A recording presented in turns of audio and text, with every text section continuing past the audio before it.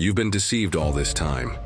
You thought that to become wiser, all you needed was to read more, study more, work harder. But then, why do you still feel stuck? Why does mental clarity never come? The truth is harsh, but here it is. It's not information that will make you great. It's how you use it. And right now, you're still trapped in mediocrity without even realizing it. The great Stoic thinkers were no different from you. They weren't born with privileged minds or special gifts. But they did understand something most people ignore. Knowledge is not power if you don't know how to apply it. It's not enough to learn. You must know how to learn. It's not enough to think. You must know how to think. In this video, you'll discover the Stoic principles that will sharpen your mind, help you absorb knowledge like never before, and use it to stand out in any area of your life. But be warned, this path is not for everyone. It requires discipline, courage, and the willingness to question everything, even your own beliefs. If you're ready to leave behind ignorance disguised as knowledge and become your own master, let's move forward. Before we continue, if this content is bringing you value, consider subscribing and becoming an exclusive member to access unique perks. And tell us in the comments, what are you doing today to become your best self? We want to grow together with you. Lesson 1. Use your mind as your greatest weapon. Once upon a time, there was a warrior who owned the sharpest sword in the kingdom. It was said that he could cut through anything with a single strike. But over time, the warrior stopped practicing. Confident that his blade would stay sharp, he left it in its sheath. Months passed, years passed. One day, he was challenged to a duel. Certain of his skills, he drew his sword and attacked. But the blade was rusted, dull, useless. His greatest weapon, the one that had once made him invincible, had become dead weight. Now think about this. How many times do we do the same with our own minds? Your mind is like a sword. If you sharpen and use it daily, it becomes your greatest ally. But if you neglect it, it weakens, rusts, and becomes slow. Benjamin Franklin understood this better than anyone. And believe it or not, he wasn't born a genius. He became one of the greatest minds in history because he trained his mind every single day. He had a plan: read, write, analyze, debate with himself. Not because it was easy, but because he knew that without effort, he would never achieve anything great. Sometimes I wonder if he read Epictetus when he said, "Only an educated man is free." The Stoics knew this well. Knowledge isn't just about learning more facts, it's the key to independence. Whoever controls their mind, controls their life. But those who leave it at the mercy of distractions, laziness, and mindless noise become prisoners of their own limitations. Maybe you haven't noticed, but every time you let your mind run on autopilot, every time you spend hours consuming pointless content, every time you avoid a challenge because it's too hard, you're weakening it. Over time, words start slipping away. You struggle to remember names. You become slower at solving problems. And one day, you realize your mind isn't what it used to be. Mel Robbins, one of the most direct speakers on mental discipline, says the problem isn't that you don't know what to do. It's that your brain is wired to protect you from effort. Every time you try to start something difficult, your mind immediately comes up with an excuse. Yes, those same excuses we talked about earlier, but luckily, you already know how to control them.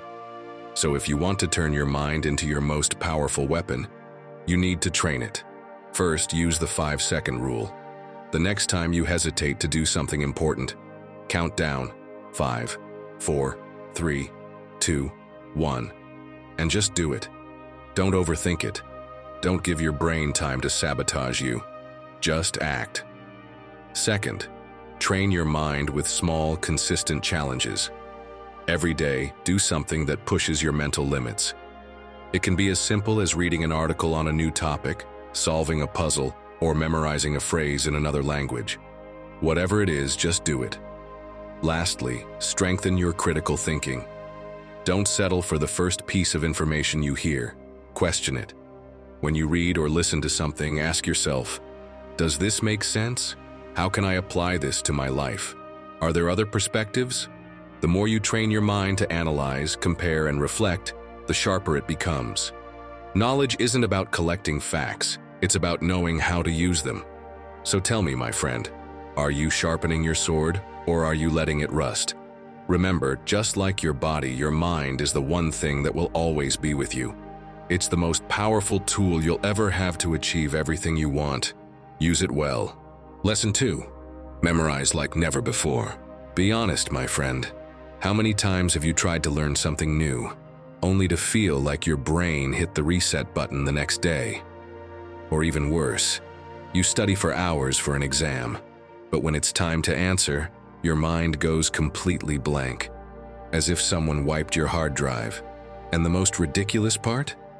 You remember the lyrics to a song you don't even like, but you can't retain the information you actually need for your life. How is that possible? Here's the problem. If you don't train your memory the right way, you'll never become the best at what you do. You won't be wiser, you won't master your knowledge, and you definitely won't be your own teacher. Because what's the point of learning if you forget everything 5 minutes later? But you know what? The problem isn't you. It's that the way we were always taught to memorize is, quite frankly, a disaster. In school, they made us repeat things out loud over and over again, as if our brains worked like a tape recorder. But if that actually worked, we'd all be geniuses after hearing a song on the radio 10 times, don't you think? Then, you see people who can memorize a deck of cards in seconds or recall insanely long lists of information effortlessly. And you think, their brains must be built differently. Or, I just don't have a good memory, I was born this way. But what if I told you they don't have a special brain? They just use a different technique. Did you know there are world memory championships? Yes, people who can remember a deck of cards in seconds or recite hundreds of words without a single mistake. But they don't have superpowers.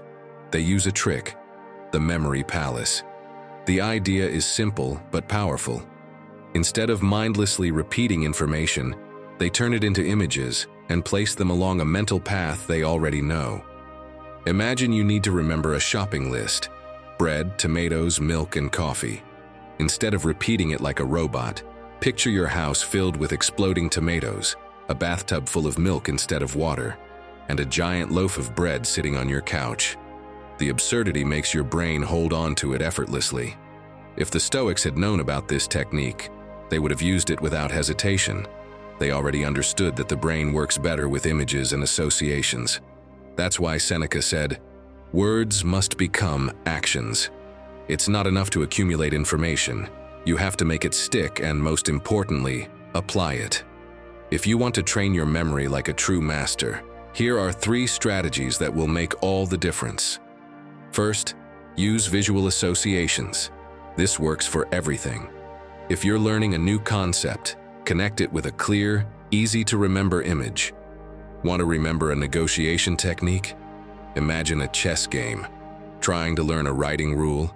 Picture an editor marking up a manuscript with a giant red pen. The crazier the image, the easier it will be to recall. Second, apply spaced repetition. Don't try to learn everything in one go. Science has proven that the brain retains information better when it's repeated at key intervals. Think of it like training a muscle. If you lift weights once and never do it again, you won't gain strength. But if you train consistently, the results stick. Third, explain it out loud. Remember what we said before. If you can't explain something difficult in a simple way, you don't really understand it yet. When you verbalize what you've learned, your brain processes it better and creates deeper connections. So next time you study something new, try explaining it to someone who has no clue about the topic. If you can do it without stumbling or using complicated words, then you've truly learned it. My friend, your memory isn't broken, it just needs training. And when you train it, you don't just remember better. You think faster, structure your ideas more clearly, and become someone who truly masters what they know. Lesson 3. Be careful who you let into your mind.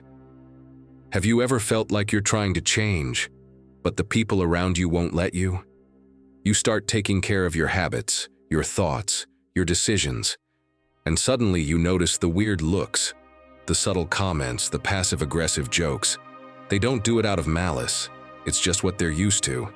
They knew you as one version of yourself, and your new one makes them uncomfortable.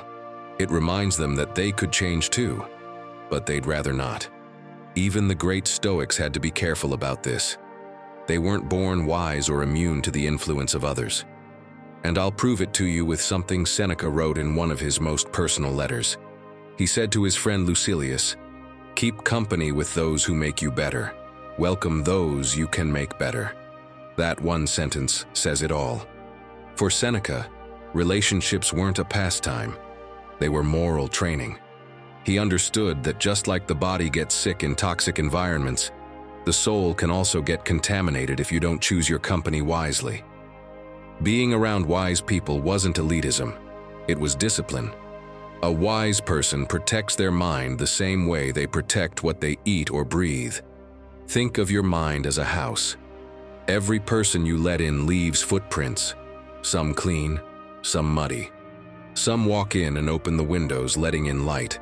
Others, without meaning to, turn off the lights and leave you in the dark. A Stoic learns to protect that inner space, not because it's weak, but because they know their peace is sacred. Relationships are like fire. There are people who warm you without burning you. They energize you, light you up, inspire you. And then there are people who drain you, who suck up your oxygen with their complaints, negativity, or constant need for attention. And if you don't learn to protect your fire, you end up burning out. Let me tell you something. A few years ago, speaker Simon Sinek shared that early in his career, he surrounded himself with people who were constantly competing. Everyone wanted to be right. Everyone wanted to shine. And even though he learned things, he left those meetings feeling exhausted. Until one day, he met someone who listened silently, without interrupting, and at the end simply said, "You don't have to prove anything. Just be useful." That sentence changed him. From that moment on, he began surrounding himself with people who didn't make him feel small, but focused, and his career and his mind changed completely. You can do the same. You don't need to cut people out of your life, but you do need to adjust the distance. Some conversations you can have with everyone, others only with those who truly understand you. There are people you can share your plans with, and others where it's better to talk about anything else. That's not selfishness, that's wisdom. Epictetus once said, "If you want to improve, be prepared to be thought foolish or strange." And he was right. When you decide to grow, some will laugh at you, some won't understand, and others will try to pull you back to the old you. Growth makes people uncomfortable, especially those who don't want to grow themselves. But that's no reason to stop. The Stoic doesn't chase approval, they chase coherence. They know that if their peace depends on others, it's already lost. My friend, be very careful who you let into your mind, because even if it doesn't seem like it, many times the words of others become your thoughts. What you hear often ends up being what you believe. That's why you need to surround yourself with people who don't compete with you, but inspire you. People who tell you the truth with respect, not resentment. People who celebrate your growth without feeling threatened by it. Also learn to set boundaries without guilt. Saying no doesn't make you selfish. Sometimes it's the purest form of self-respect. Protecting your energy doesn't mean rejecting others. It means taking care of yourself. You can't become your best self if you let other people's noise pull you off track. Try this. For 1 week, pay close attention to how you feel after speaking with each person. If you feel lighter, motivated, and calm, they're adding value. If you feel drained, tense, or confused, maybe it's time to put a little distance. Not to cut ties, just to protect your mind. The Stoics knew how easily the soul can be corrupted by the wrong company. Marcus Aurelius reminded himself of this again and again in his journal, writing that he had to stay true to his integrity, even when surrounded by ambitious and corrupt men. His greatest achievement wasn't ruling an empire. It was ruling himself. Taking care of your relationships doesn't mean closing yourself off from the world. It means opening up wisely. Because if your environment doesn't lift you, it drags you down. And a soul that wants to grow can't stay chained to the past. So here's your challenge for today. Choose carefully who you share your time and your thoughts with. Notice who pulls you toward your best version and who pulls you away from it. Because just like the body, your mind needs good company to stay healthy. And if you feel like something inside you is waking up, don't fight it. Take the next step. There's another video waiting for you that can help you keep building that version of you that's already starting to shine through. Watch it now, before you slip back into the same distractions as always. Lesson 4. Master your time, or it will master you. Imagine you're in a race, but instead of running, you're walking at a relaxed pace without a sense of urgency. You think the finish line is far away, that you have all the time in the world. You look around, get distracted by anything and everything. Halfway through, you're still convinced that time is on your side. But suddenly you check the clock and realize the finish line is just a few steps away, and you have almost no time left to reach it. This is how we procrastinate.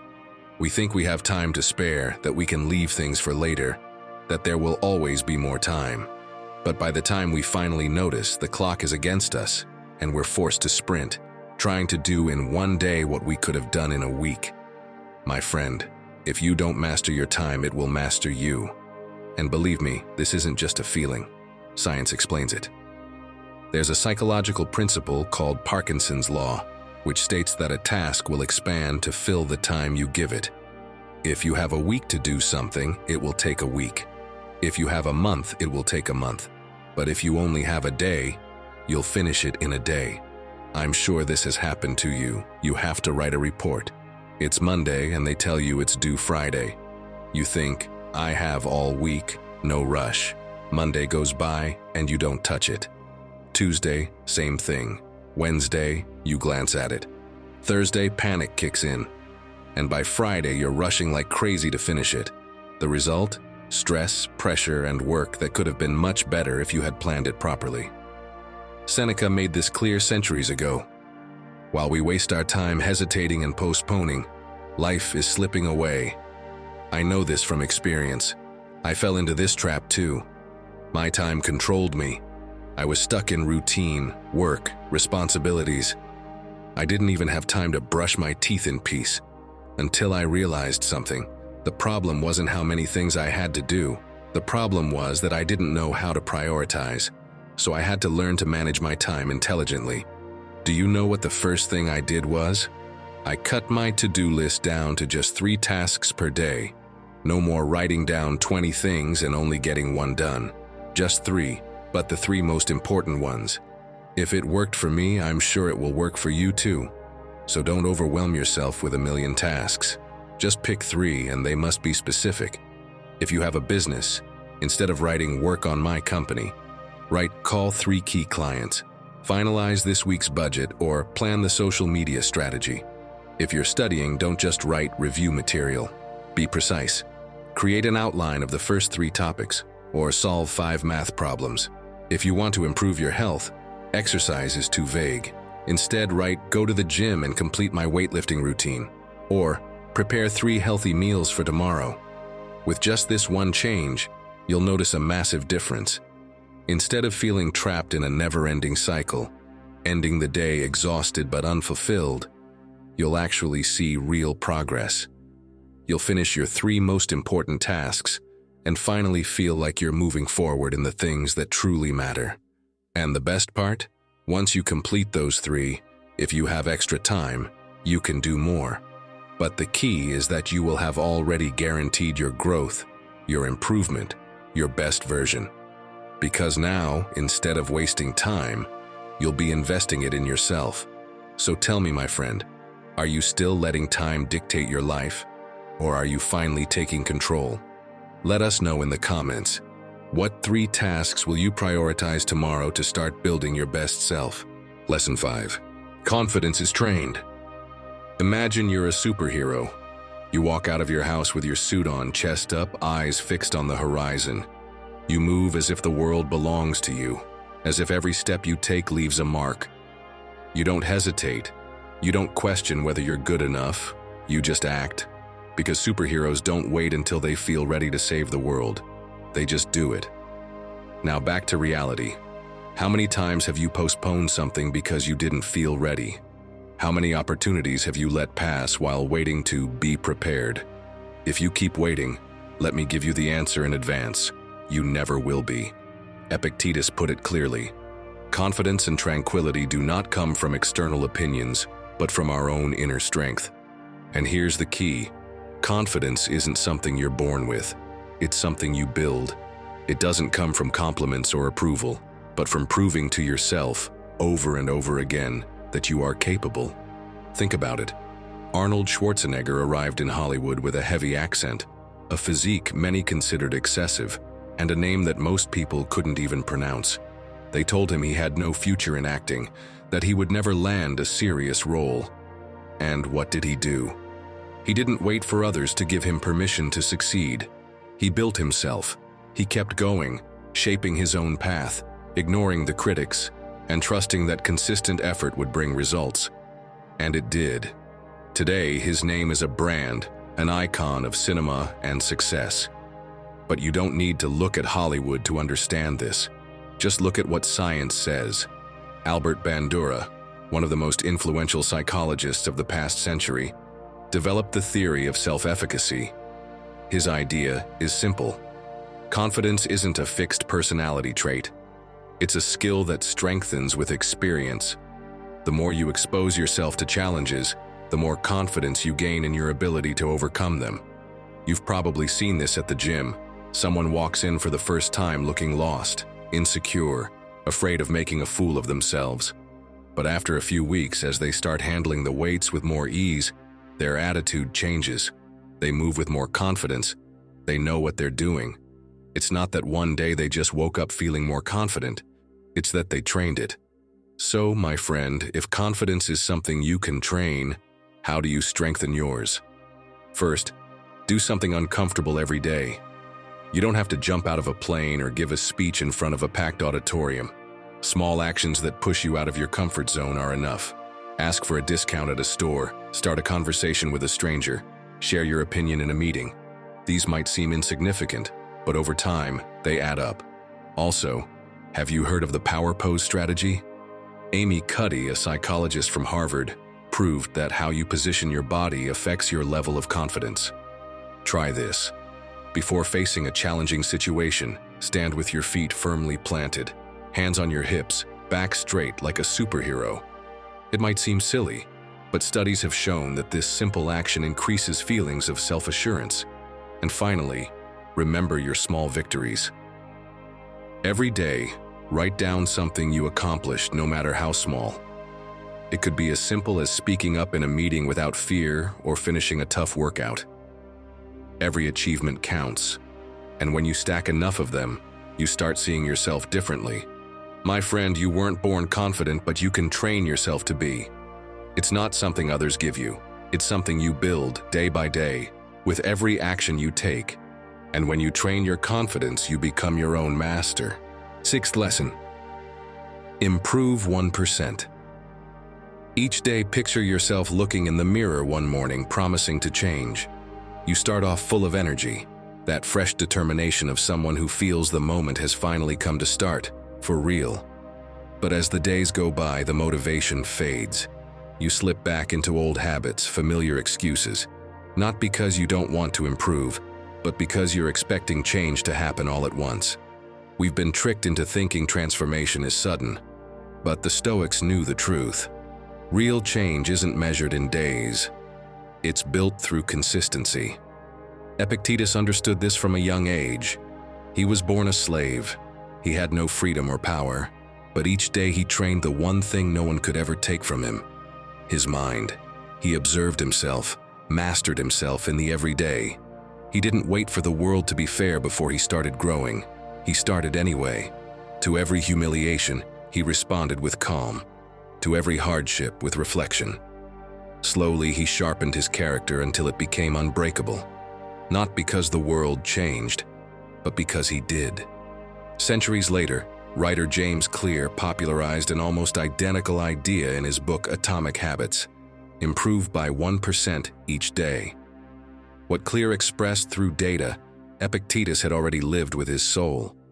Both understood the same truth: Meaningful change doesn't come from giant leaps, but from small steps, repeated with intention. Epictetus used to say, "No great thing is created suddenly." And he wasn't just talking about outward success. He was talking about the soul. Epictetus didn't become wise on some random day. He earned it through countless invisible victories, through silent training, through steady growth, like a drop of water falling on a stone. It doesn't break it with force, but with persistence. That's how character is forged. That's how the mind is trained. You are the drop, and your life is the stone. Every time you choose to act with patience, with calm, with integrity, you're shaping a part of yourself. At first it won't show, and that's frustrating. But time, my friend, always rewards the ones who keep going. What seems like a small gesture today will become part of your strength tomorrow. Believe me, you can do it. If my friend Daniel could, so can you. He used to start everything with fire and abandon it halfway. New habits, new goals, new plans. Every beginning filled him with hope and every failure with guilt. Until one day he had enough, not of failing, but of feeling empty. He decided to try something different. He no longer wanted to become his best self overnight. He just wanted to improve a little each day. He started with something so small it felt ridiculous. Writing one sentence before bed about something he'd done well. I didn't argue with my boss today. I went for a walk. I stayed calm in that conversation. It was his way of reminding himself he could still make progress, even if it was small. At first, he struggled to find something good to write, but he kept at it. Over time, little things started to shift. When someone interrupted him, he paused before responding. When laziness crept in, he thought about what he wanted to write that night and pushed himself a little further. These weren't grand achievements, but slowly, he began to feel different. His mind became clearer, his character more grounded. 6 months later, Daniel hadn't changed the world. He had changed his relationship with himself. He no longer spoke to himself with guilt, but with respect. He no longer waited to feel motivated before acting. He just acted. Without realizing it, he had embraced Epictetus's principle. Improve a little each day, no rush, no pause. That's the 1%. You don't need to do everything today. Just do it a little better than yesterday. And when you fall short, don't start from scratch. Learn. One bad day doesn't erase your progress. It's all part of the journey. Try it for yourself. Choose just one virtue to work on this week. Patience, consistency, or calm. Practice it in small ways. If you have to wait, practice being still. If someone provokes you, hold your reaction. If you're feeling lazy, push for just 5 more minutes. Every gesture is a drop. And even if you can't see the change yet, you're shaping your character. The Stoics called this ascesis, training the soul. They didn't expect life to be easy. They used it as their gym. Everything that happened to them became an opportunity to practice. You can do the same. The routine, the annoyances, the awkward conversations. It can all help you grow if you choose to see it that way. The drop never stops. It doesn't know when the stone will crack, it just keeps falling. That's how you need to be, because steady improvement isn't a heroic act. It's a quiet choice. Every time you choose to move forward, even just a little, you're proving you're not the same person you were yesterday. Epictetus didn't change his fate. He changed the way he lived it. And so can you. You don't need a perfect life to grow. Just one daily decision to keep sharpening your mind. Lesson 7. Stop making excuses. Be honest with yourself, my friend. How many times have you said one of these phrases? I don't have time. I'm just not talented at that. I don't know where to start. Now tell me, is it really that you can't? Or is it just that you don't want to put in the effort? Excuses are comfortable. They protect you. They make you feel good about yourself because they give you a reason not to do what you know you should be doing. But here's the truth you don't want to hear. They're lies, and worse, they're keeping you from becoming your best self. Think about what we talked about earlier regarding your body. If you don't take care of it, you don't move forward. Well, the same thing happens with your mind. It's like a muscle. If you don't use it, it weakens. And every time you make an excuse, you're making it weaker. Every time you say, "I can't," you're training your brain to give up before even trying. Do you know what psychology says about this? Your mind hates feeling conflicted. So when you know you should do something but don't, your brain looks for an excuse to make you feel better. This is called cognitive dissonance. It's not that you're lazy, it's that it's raining so I can't go to the gym. It's not that you don't want to study, it's that it's not the right time. It's not that you're avoiding change, it's that you're just not ready yet. Do you see how dangerous this is? You're not just avoiding effort, you're convincing yourself that you're making the right choice. But some people refuse to play this mental game. Look at Arnold Schwarzenegger. When he arrived in the US, he barely spoke English. He had every excuse in the world to stay in his comfort zone. But instead of justifying himself, he learned the language. Instead of complaining about his accent, he turned it into his personal brand. Instead of saying, "This is too hard," he did it anyway. And because of that, he went from being unknown to becoming a successful bodybuilder, actor, entrepreneur, and politician. Do you think he made it because he was lucky? No, of course not. He made it because he didn't allow himself a single excuse. Marcus Aurelius had it right. Stop debating what a good man should be. Be one. Excuses are the barrier between who you are and who you could be. If you keep feeding them, you'll never move forward. Now tell me, have you ever set a goal to learn a new language? You imagined it all. I'm going to learn French. In 6 months, I'll be fluent. You're motivated. You download an app. You watch a video about the best method. But then days go by and the excuses start showing up. I don't know where to start. I'm just not good at languages. You can't really learn without living in the country. And months later, you still can't even order a coffee in French. So, are you ready to stop making excuses and actually become your best self? First, you need to trick your own brain. Instead of saying, "I don't feel like it today," try saying, "Okay, but just a little." Sounds silly? Try it. Are you mindlessly scrolling on your phone? Since I'm here, I'll open the app and do just one lesson. Driving somewhere? I'll listen to just a little bit of this French podcast. The interesting thing? Once you start, the resistance disappears. The hard part isn't doing it, it's starting. Another trick? The mandatory investment method. Every time you make an excuse, pay yourself for it. If you say, "I don't have time to study today," put €5 into a savings account. At the end of the month, use that money for something that helps you grow. A course, a book, something that pushes you forward. This way, every excuse costs you something. And little by little, you'll start eliminating them from your life. Every time you say, "I can't," do something small to prove that you can. Every time you say, "It's not the right time," take action right now. Every time your mind tries to justify itself, silence it with action. So tell me, did you train your mind today? Or did you just fill it with excuses? Because if you truly want to become your best self, you need to start challenging your own excuses. Because if you don't, no one else will do it for you. Lesson 8. Learn like a true master.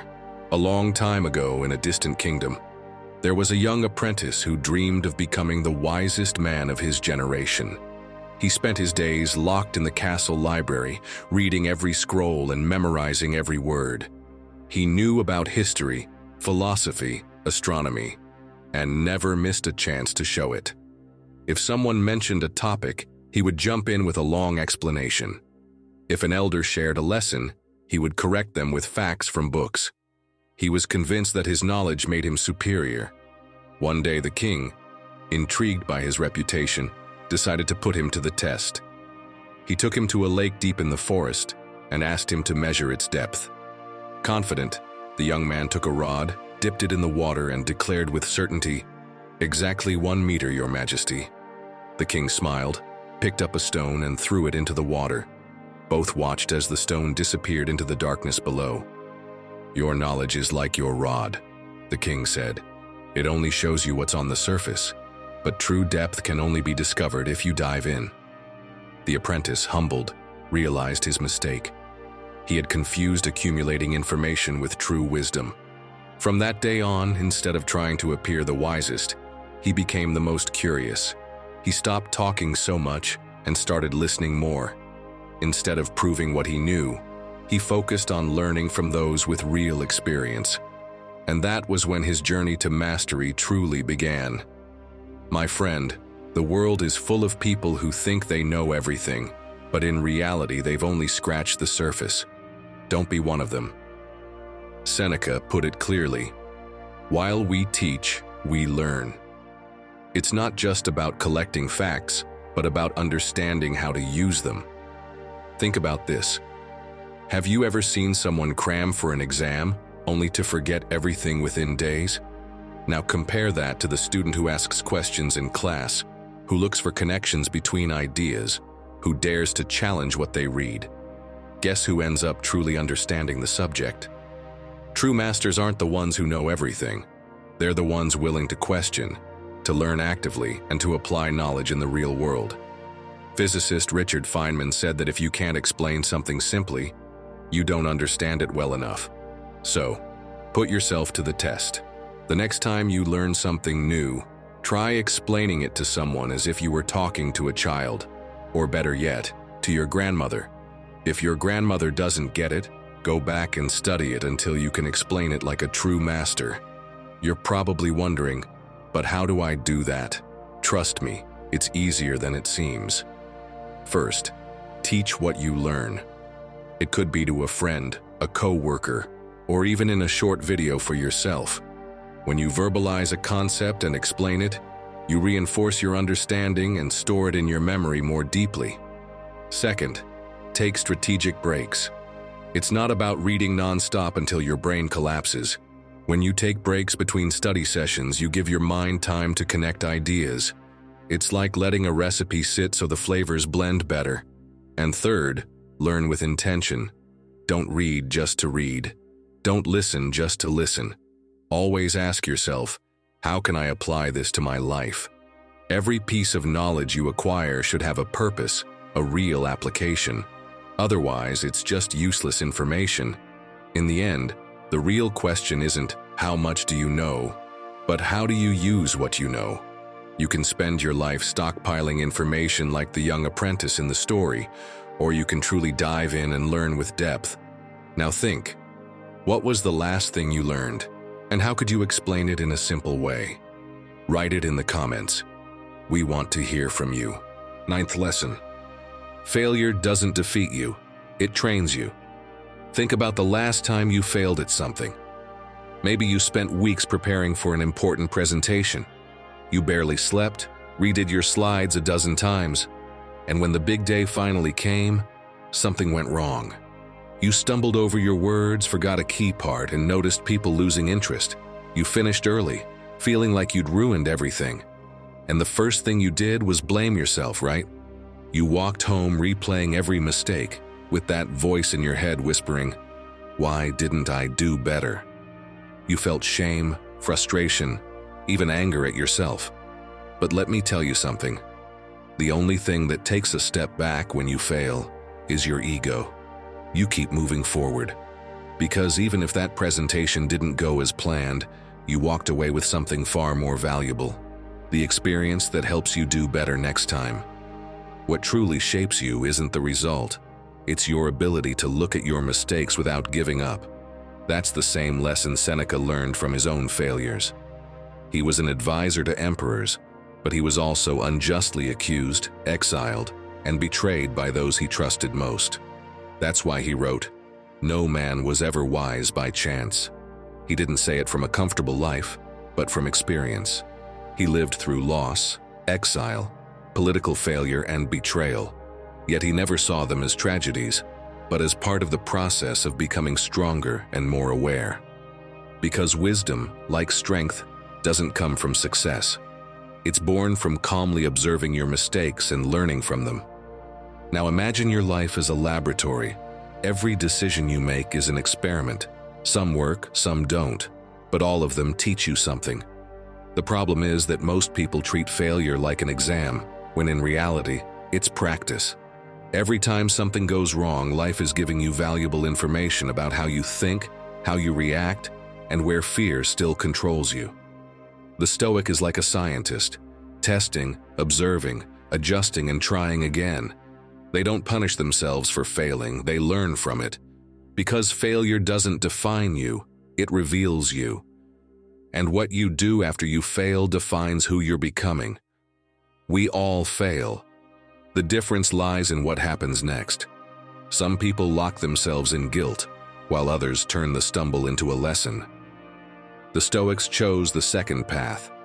Epictetus said, "Circumstances don't make the man, they reveal him." And he was right. It's not failure that destroys you. It's the way you interpret it. If you see it as the end, it drags you down. If you see it as training, it builds you up. It's like learning to shoot an arrow. At first, you miss the target completely, but every miss gives you feedback about the angle, the strength, the wind. If you observe, you improve. If you get frustrated, you repeat the same mistake. That's how life works. Every failure, if you look at it calmly, teaches you where to aim better next time. And that, my friend, is what separates someone who gets stuck from someone who evolves.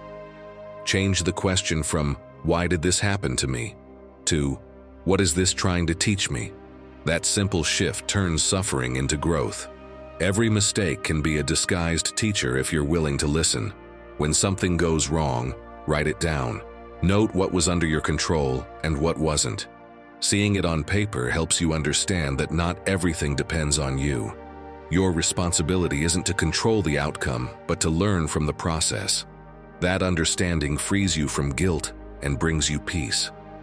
Seneca also said, "Difficulty awakens the spirit of a brave man." And he wasn't talking about heroic courage, but that quiet strength that appears when you decide not to give up. When you choose to get up one more time, even when the world says there's no point, that's when you grow stronger. Remember this, failure doesn't make you less, it makes you more aware. Every fall, if you observe it without drama, trains you not to depend on the outcome, but to focus on the right action. And when you act from that calmness, you realize that you never truly lose. You simply change form.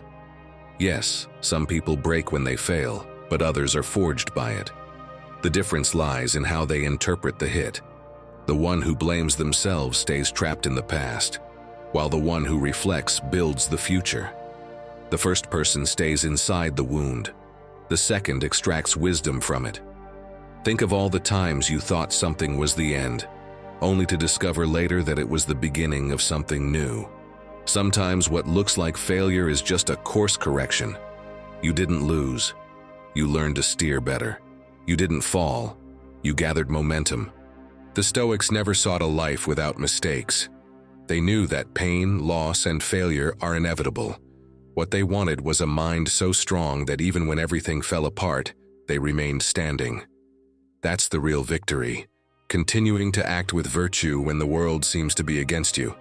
Because every time you fail and keep going, you're proving something powerful, that you're no longer the same person you were before. You've gained something no one can take away from you: experience. So, the next time something goes wrong, don't run to hide behind guilt. Stop, observe, learn. Ask yourself what you can improve and try again. Failure doesn't defeat you, it trains you. It trains you to be wiser, more patient, and stronger. And in the end, that's what really matters. Turning every mistake into another step toward your best self. Because the one who learns how to fall also learns how to fly. Lesson 10. Erase the noise from your mind. Imagine walking into a crowded room. Everyone is talking at the same time. Some are arguing about politics, others are gossiping, and a few are shouting about products you don't need. The voices blend together, words overlap. You try to focus on just one conversation, but it's impossible. The noise is overwhelming. Now tell me, what would you do in that situation? Most likely you'd leave as soon as possible, because it's impossible to think in the middle of that chaos. So here's the important question. If you wouldn't tolerate being in a room like that, why do you let your mind live in that same noise every single day? Because that's exactly what we do. We fill our heads with other people's voices. Social media, ping, notification, news, flash, breaking story. Messages, beep beep, ads, comparisons, criticism. Everything comes at us without a filter. And without realizing it, we're trapped in a storm of mental noise. And of course, noise is addictive. Psychologists explain it well. The more information we consume, the harder it is for our brains to filter what actually matters. We become restless, distracted, constantly overwhelmed. It's like trying to write on a blank page that's already covered in scribbles. Seneca knew this. He said, "Part of happiness is not wanting what you don't need." You don't need to know what an influencer had for breakfast. You don't need to read about the latest internet controversy. You don't need to fill every minute of your mind with irrelevant information. What you really need is clarity, a calm mind, one that's focused on you and on improving every single day. So, how do you break this cycle? I have a challenge for you. Try a mental diet. Imagine waking up and not grabbing your phone first thing. What can you do instead? Take a minute to stretch, take a deep breath, and just be present. Then have breakfast. Not with your phone in your hand, not with the TV on. Just you, your food, and silence. You leave the house. No music, no podcasts, no news playing in the background. Just the sound of the real world. You hear the wind, footsteps, the little details that digital noise usually drowns out. During the day, every time you feel the urge to check social media for no reason, pause. Ask yourself, do I actually need to see this right now? At lunchtime, you don't scroll through the news. You eat slowly. You actually taste your food. Your mind isn't somewhere else. It's here. In the afternoon, you decide not to read negative news. Nothing happens if you miss a day of world drama. And before bed, instead of mindlessly watching random videos, you write down how you feel. Just a few lines, nothing more. Now tell me, can you imagine a day like that? Less noise, more clarity, less distraction, more focus on yourself, on building your best version. I challenge you to try it, just for one day. Because in a world full of noise, silence is your superpower. Lesson 11. Think with logic, not emotions. Imagine your life is a ship. You're sailing calmly, steering firmly, moving toward your destination. But suddenly, a storm hits. The wind shakes you, the waves rise, and instead of staying on course, you start spinning the wheel like crazy, letting fear take over. The result? You end up lost, far from your destination with your ship in ruins. This is how most people make decisions, heart racing, trapped by the emotion of the moment. And the worst part? When the storm passes and they can finally see clearly, they realize they've gone in the wrong direction. If you want to become someone who masters their life, who makes decisions that take them further, who truly becomes their own teacher, you need to learn to think with logic, not emotions. And Epictetus said it centuries ago, it is not things themselves that disturb us, but our interpretation of them. It's not the situation, it's how you see it. It's not what happens, it's what you decide to do about it. But we live in a world where people prefer to react rather than analyze, and that leads us to make the same mistakes over and over again. Take fake news, for example. You see an alarming headline on social media, share it without thinking, and suddenly, everyone is convinced of something they haven't even verified.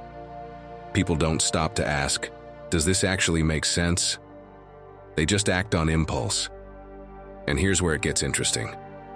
More than 2,000 years ago, Socrates already knew that people didn't think deeply enough. That's why he created his famous method of questioning. Instead of simply accepting what someone said, he would respond with another question, and another, until the person realized their argument didn't hold up. Imagine someone saying, "Everything natural is good." Socrates wouldn't contradict them outright. He'd simply ask, "So is natural poison also good?" The person, caught in their own flawed logic, would be forced to reconsider their position.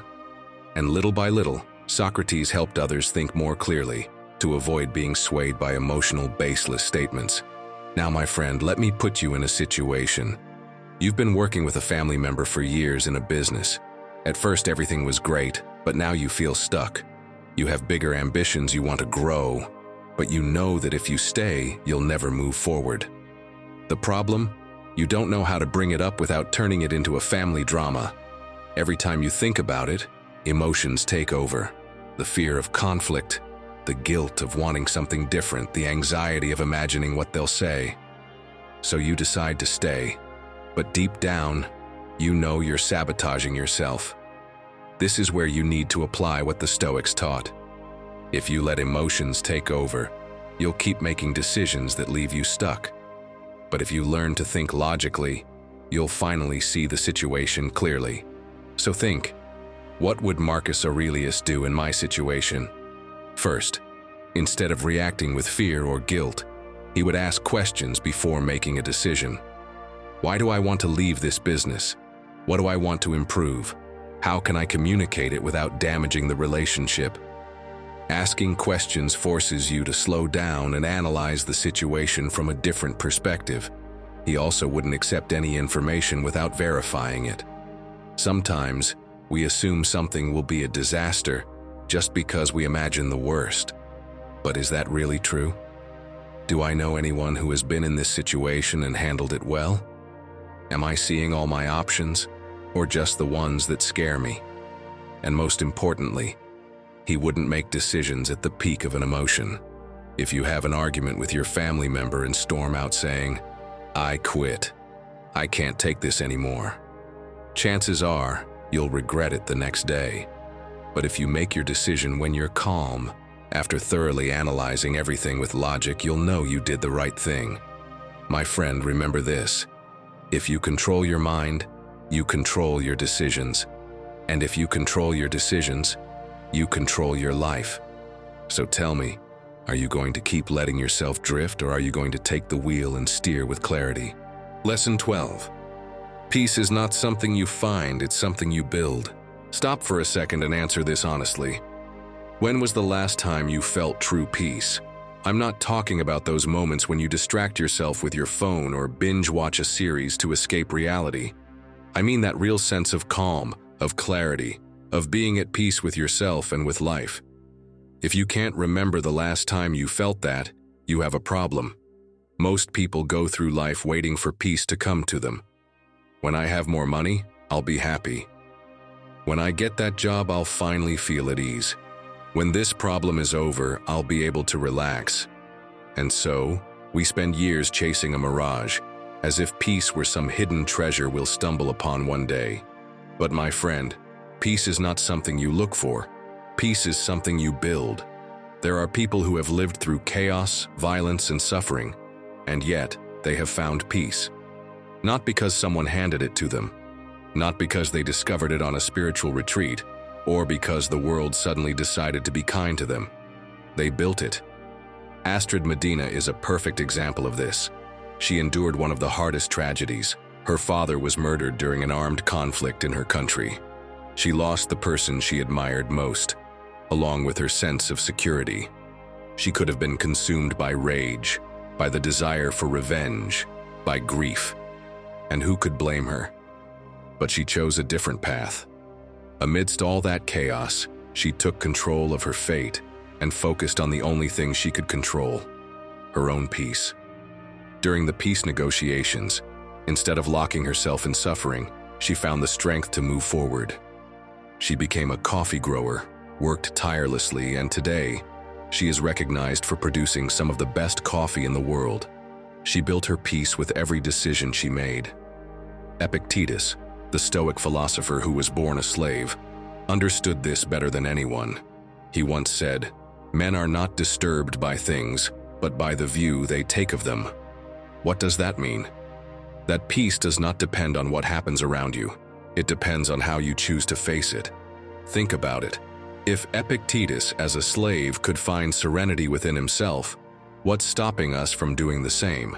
Of course, we're not living in ancient Rome. We live in a hyper-connected world, flooded with information, stress, and mental noise. We say we want peace, yet we keep filling our lives with things that steal it from us. Thich Nhat Hanh, a Vietnamese Buddhist monk, explained this with a simple metaphor. Your mind is like a glass of water with dirt at the bottom. If you constantly shake it, The water becomes cloudy, and you can't see clearly. But if you let it sit, the dirt settles, and the water becomes crystal clear again.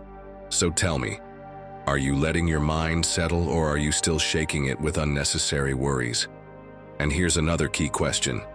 Are you waiting for peace to come to your life, or are you doing something to build it? If it's the second one, then it's time to change things right now. First, create pockets of calm in your day. You can't find peace if you're surrounded by chaos 24/7. Set aside at least 10 minutes a day to sit in silence. No distractions, no notifications, no external noise. Let your mind breathe. Second, learn to let go of what you can't control. How many times do you stress over things that are completely out of your hands? Traffic, other people's opinions, the past, the future. None of that is yours to control. Instead of wasting energy on what's beyond your reach, focus on what you can manage: your attitude, your effort, your response. Third, practice radical gratitude. Most people seek peace by waiting for life to change, but peace comes when you choose to appreciate what you already have. Every day, find at least one reason to be grateful. And don't just go for the obvious ones. Don't just be thankful for food or shelter. Be thankful for the person who made you laugh, for that quiet moment of rest, for the hot coffee that gave you a pause in your day.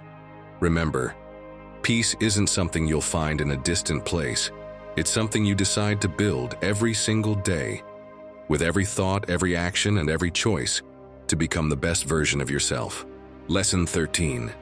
Stop waiting for the perfect moment. Picture this: you're standing in front of a block of marble. In your hands, you're holding a chisel and a hammer. You look at it, study it, and think that to sculpt something so great, you'll need divine inspiration, a flawless plan, or the perfect day. That's how most of us live, waiting for the exact right moment to start changing. The perfect Monday, the motivation that never shows up, the magic breakthrough that will suddenly change everything. But the Stoics didn't live like that. They didn't wait for the marble to soften or for the day to be perfect. They knew that life is shaped in the present, with each strike, with each action, with every small decision that leaves a mark. For them, every day was a chance to train the soul. They weren't looking for the perfect moment. They were focused on the right action. Most people don't change because they're waiting to feel like it. But motivation is unpredictable. If you only act when everything lines up, you'll never move forward. The Stoics understood this long before it had a name. For them, each day was an opportunity to strengthen the soul. Marcus Aurelius didn't need the world to be kind to him in order to act with virtue. Each morning he prepared himself by saying, "Today I will meet people who are meddling, ungrateful, and arrogant." Not out of drama, but to remind himself that nothing external should decide how he behaves. That was his way of sculpting his character before the day even began. And that, my friend, is the point. Your best version doesn't suddenly appear. It's built through small decisions that may seem insignificant, but over time, they shape who you are. Every time you choose the hard thing over the easy one, you're sending your mind a message. I'm not who I used to be. And that message, repeated day after day, rewrites your story. Epictetus said, "No great thing is created suddenly." And he was right. Greatness isn't born from grand plans, but from the small actions you repeat, even when no one's watching. Every time you get up on time, keep your word, or choose to stay calm instead of lashing out, you're polishing a part of yourself. It might not look like much, but that kind of consistency builds mental clarity, inner discipline, and a patience that makes you unshakable. If you pay attention, you'll see that the people who truly change aren't the ones waiting for life to give them a push. They're the ones who choose to move a little each day. It's not about motivation, it's about direction. If you improve just 1% today, in a month you'll be different, and in a year, unrecognizable. All from tiny decisions that seem invisible. Each night you can do something incredibly simple. Look back at one decision you made that day. Ask yourself, did I act like the person I want to be, or like the person I used to be? Not to judge yourself, but to wake up. That daily check-in is like switching on a flashlight in the dark. It shows you where you are and where you're headed. And yes, sometimes it'll feel like you're not making progress, that results are slow, that everything still looks the same. That's when strategic patience comes in, and we'll talk more about that later. The Stoic doesn't measure progress by speed but by direction. Even if you're moving slowly, if you're still on the right path, you'll get there. So stop waiting for everything to line up. The perfect moment doesn't exist. If you wait to feel ready, fear will win. Start today with what you have, from where you are. You don't need to change your whole life. Just take one step that's aligned with the person you want to become.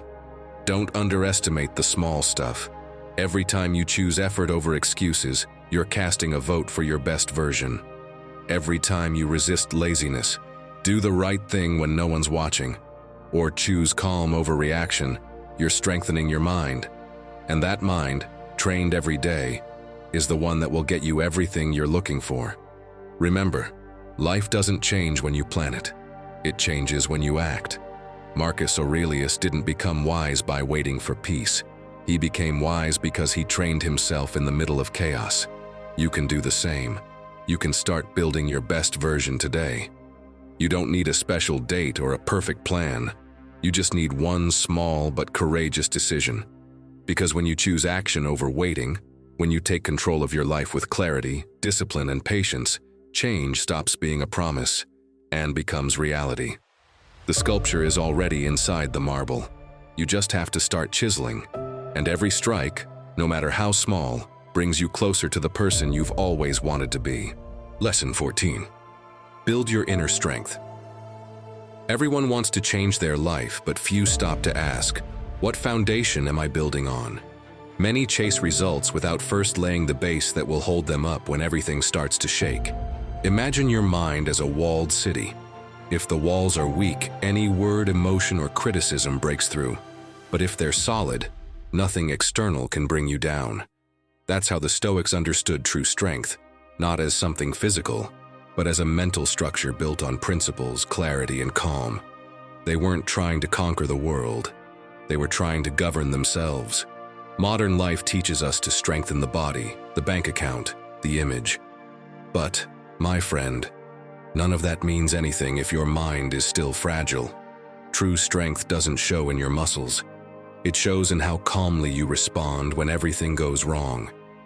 And that inner strength isn't built overnight. It rises from small daily choices, shaped by clarity, discipline, and patience. That is the foundation of all real transformation. If you truly want to become your best version, the one that stands firm even when the world changes, you need to build 3 essential pillars. These are the same ones the great Stoics practiced, and you can start applying them today.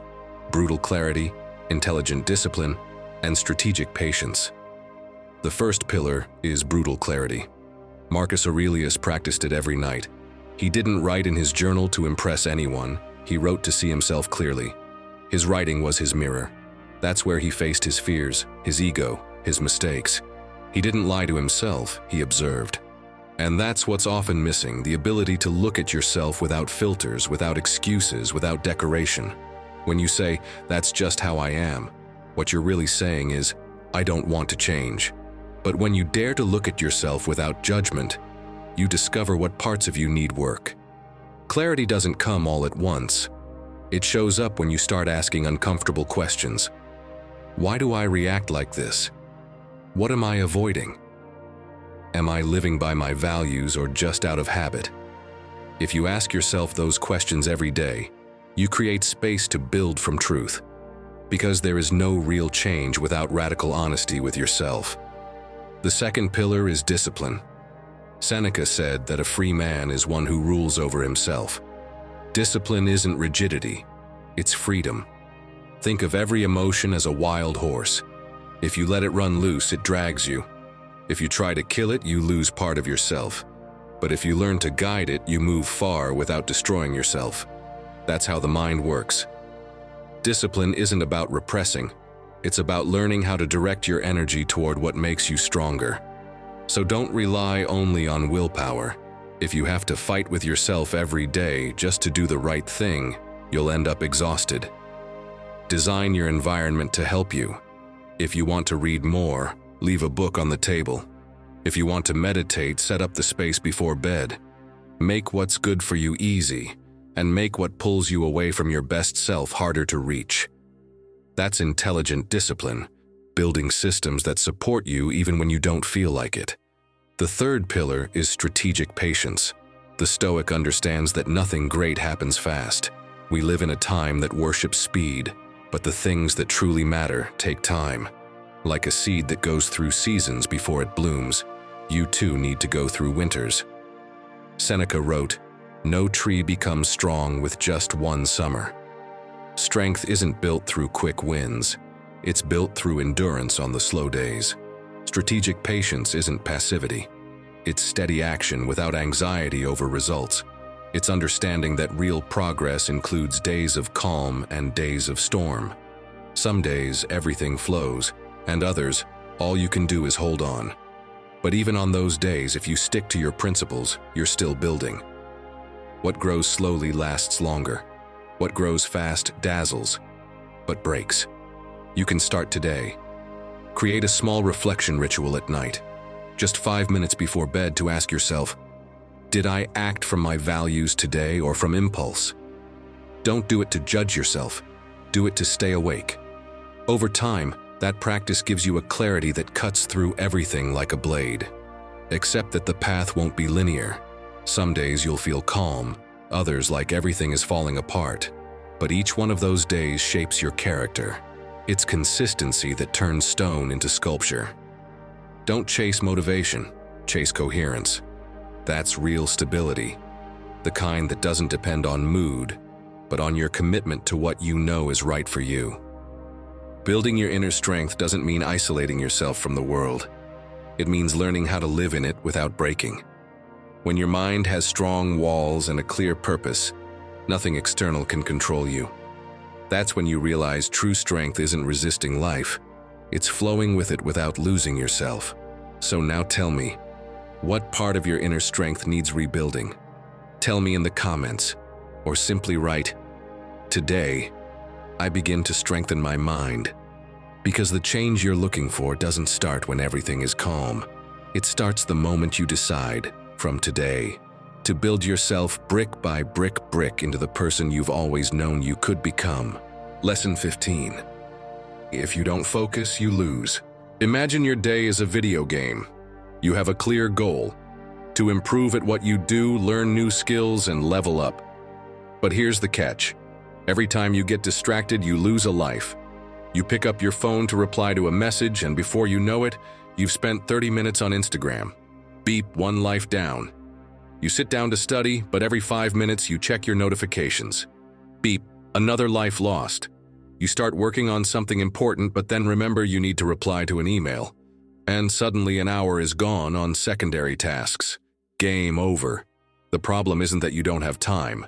The problem is that you're wasting it on small distractions that seem harmless, but leave you stuck in the same place at the end of the day. Does this sound familiar? Don't worry, it's not a coincidence. Social media, TV, video games, and even streaming platforms are designed to capture your attention and keep you hooked for as long as possible. The documentary The Social Dilemma explains it well. Every time you open an app, an algorithm is analyzing what you like, what grabs your attention, what keeps you scrolling. It's not that you lack willpower. You're fighting against systems created by experts to keep you distracted. But what would a Stoic do in today's world? Would they let themselves get trapped by all these distractions? Spoiler, no. The Stoics understood that attention is one of the most valuable resources we have. It's not just about working hard, it's about working with intention, about doing what truly matters. And in a world where distractions are everywhere, staying focused isn't just an advantage, it's a necessity. Marcus Aurelius knew this well. Focus every minute as if it were your last, because if you live distracted, you're not really living at all. And here's the key. If you don't learn to take back your focus, you will never own your time. And if you don't own your time, how do you expect to become the best at what you do?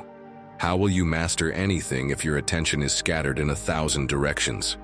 Think of it this way. Imagine you want to improve in a computer program that could open doors to a better job. You have everything you need to learn it. Free courses, tutorials, practice. But every time you try to focus, you end up checking messages, jumping from tab to tab, or watching a random video.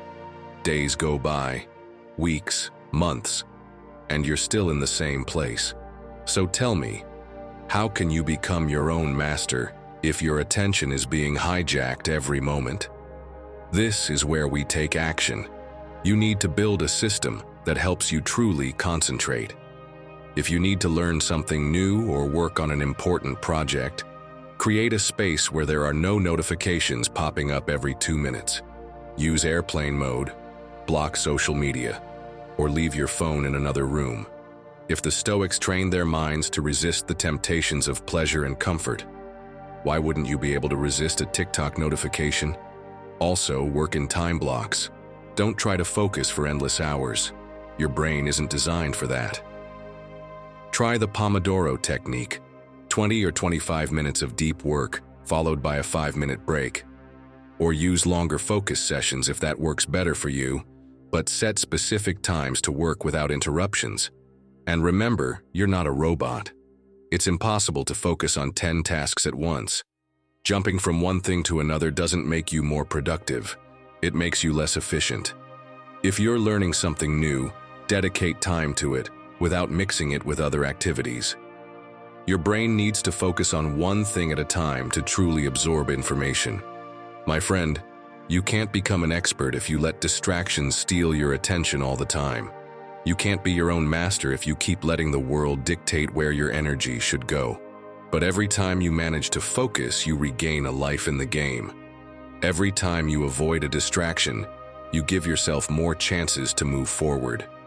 Every time you choose to train your mind instead of letting others control your attention, you get closer to the version of yourself you truly want to be. Lesson 16. Learn to be alone with yourself. We live surrounded by noise, messages, screens, conversations, notifications that pop up even when you're not expecting them. Some days it feels like silence is going extinct, like an endangered species. And tell me honestly, when was the last time you were truly alone with yourself? Not scrolling through your phone, not planning what's next, but actually listening, really listening to yourself. If the Stoics were alive today, Marcus Aurelius probably wouldn't be writing his reflections on parchment. He'd be typing them into the Notes app on his phone. And even then, a notification would probably pop up just as he was about to have a moment of insight. Picture the scene. Remember, you will die. New message from WhatsApp. Even he would lose his patience. All jokes aside, the Stoics understood better than anyone the need to disconnect from the noise of the world in order to reconnect with yourself. Epictetus taught his students that the mind needs silence the way the body needs rest. And Seneca didn't sugarcoat it. He recommended stepping away from the chaos from time to time, not to escape the world, but to return to it stronger. Because the real danger isn't the external noise. The real problem starts when that noise moves inside. When you let other people's opinions, comparisons, and distractions take up so much space in your mind that you can no longer hear your own voice. The Stoics knew that the soul sometimes needs airplane mode. No connection, no interference, just you, with yourself. Imagine coming home after a long day. Traffic, emails, unfinished conversations, everything still spinning in your head. Your first instinct is to turn on the TV, play some music, or grab your phone to distract yourself.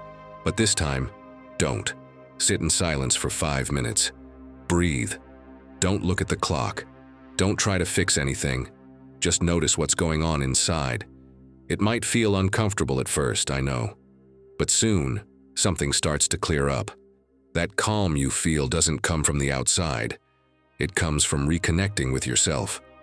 Seneca wrote a line that captures this perfectly. There is no retreat more peaceful than that which is found within oneself. Let me repeat that, not because it sounds poetic, but because it's deeply true. He meant that peace isn't about escaping noise. It's about not carrying it with you. You can be in the quietest place on earth and still feel restless, or you can be in the middle of chaos and still feel grounded, if you've learned how to find that refuge within. When you learn to be alone with yourself, you stop needing so much from the outside. You no longer depend on validation, applause, or constant noise to feel alive. You discover a new kind of strength, the kind that comes from knowing you can be with yourself without wanting to run away. And that, my friend, brings you closer than anything else to your best self. Start small. Take 5 minutes a day to sit in silence, not to think, just to observe. If something bothers you, don't rush to cover it up with distractions. Stay still and listen, because your soul speaks in the silences you usually avoid.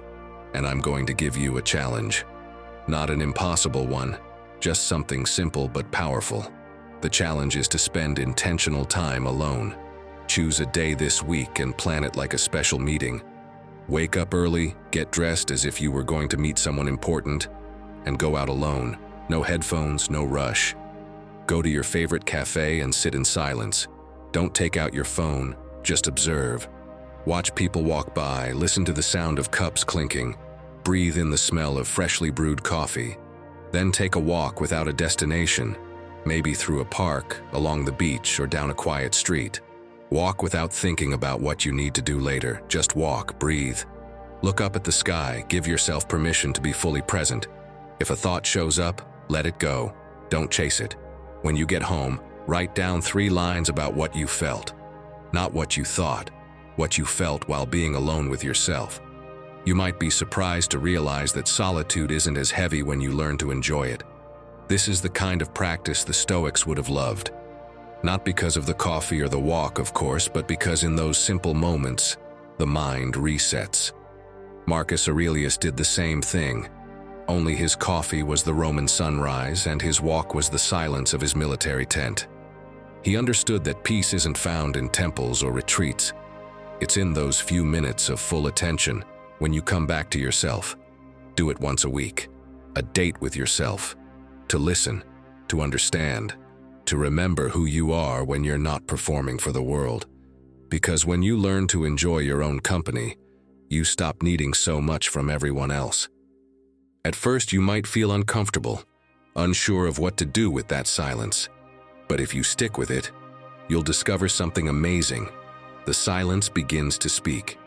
It shows you what you need to let go of, what you should be grateful for, and what you're ready to improve. In that quiet space, clarity is born. Because becoming your best self doesn't start with massive achievements. It starts in those quiet moments where you finally come home to yourself. Tell me, do you know how to be alone without feeling lonely? Let me know in the comments or share a practice that's helped you enjoy silence. Because the one who learns to listen to themselves stops needing so much from the world. And that, without a doubt, is one of the clearest signs of true strength. 17th lesson. If you don't believe in yourself, no one will. Let me tell you Jim's story. He had a dream so big that people laughed when he talked about it. He was a nobody, a kid sleeping in a van who had dropped out of school to help his family, performing small comedy shows in run-down bars, hoping someone would give him a chance. But no one believed in him. Well, almost no one. Because he did. He believed in his own potential. So much so that he did something most people would call crazy. He wrote himself a check for $10 million for acting services rendered and dated it 5 years into the future. He kept it in his wallet and looked at it every single day. Every day he reminded himself that he was worth it, that he would make it. 5 years later, he was offered a role in Dumb and Dumber for $10 million. Yes, exactly, you guessed it. That kid was Jim Carrey. Now tell me, can you imagine what would have happened if he hadn't believed in his own talent? How many times have you stopped yourself before even trying? How many times have you said, "I'm not good enough," before even taking the first step? If you don't bet on yourself, no one else will. Marcus Aurelius understood this well. You have power over your mind, not external events. Realize this, and you will find strength. Think about it for a moment. What would have happened if Marcus Aurelius hadn't believed in himself? An emperor doubting every decision? I don't know if I should lead Rome today. Maybe tomorrow. Or worse, let me ask the barbarians if they'd rather invade now or later. Spoiler: he wouldn't have won a single battle. Marcus Aurelius was an emperor because he had an unshakable mindset. He knew that everything started in the mind. And now tell me, how many times have you let others define what you can or cannot do? Imagine you decide to move to another country to learn a new language and find a job. You're excited, motivated, ready for the adventure. But then the voices start. That's too hard. You'll end up coming back. You won't make it there. And little by little, you start to doubt yourself. You begin to believe in their fears more than in your own abilities. What if you fail? What if you don't make it? What if... Stop. No more what ifs. If you don't believe in yourself, no one will. So do you want to start believing that you can become your best self? First, make a list. Write down 3 things you're genuinely good at. These can be skills, personality traits, or strengths that have helped you in the past. Then, write down 3 things you can improve. But be careful. This isn't to discourage you. It's to help you see that everything can be worked on. What is a weakness today can become your greatest strength tomorrow. Second, make positive affirmations a habit. Every day, say something out loud that reinforces your confidence. Not empty phrases, but truths that actually convince you. Instead of saying, "I am successful," say, "I am learning every day and getting closer to my goal." Instead of, "I am the best," say, "I am capable of improving with every effort." The key is to believe it, because when you believe it, you make it real. If you don't bet on yourself, who will? Believing in yourself isn't arrogance, it's the foundation of everything. If you want to build your best version, you first have to trust that you can. Lesson number 18. Your legacy starts today. My friend, when everything is over, you won't be remembered for the money you made or the possessions you accumulated. You'll be remembered for the impact you left on others. Your life isn't measured by what you have, but by what you leave behind. Think about it. Everything you've learned, every challenge you've overcome, every experience you've gathered. For what? To keep it all to yourself? To let it all disappear with you the day you're gone? Or, on the contrary, to leave a mark that continues beyond you? The problem is that we often only think about the present, the immediate. We focus on getting through the day, surviving the routine, advancing in our personal goals. And that's fine. But if that's all you focus on, you miss out on something bigger. It's not just about improving your own life. It's about understanding how what you do impacts others. Viktor Frankl, the psychiatrist who survived the concentration camps, studied this in depth. His theory of life's meaning explains that the most resilient people, the ones who overcome any adversity, are those who find a purpose greater than themselves.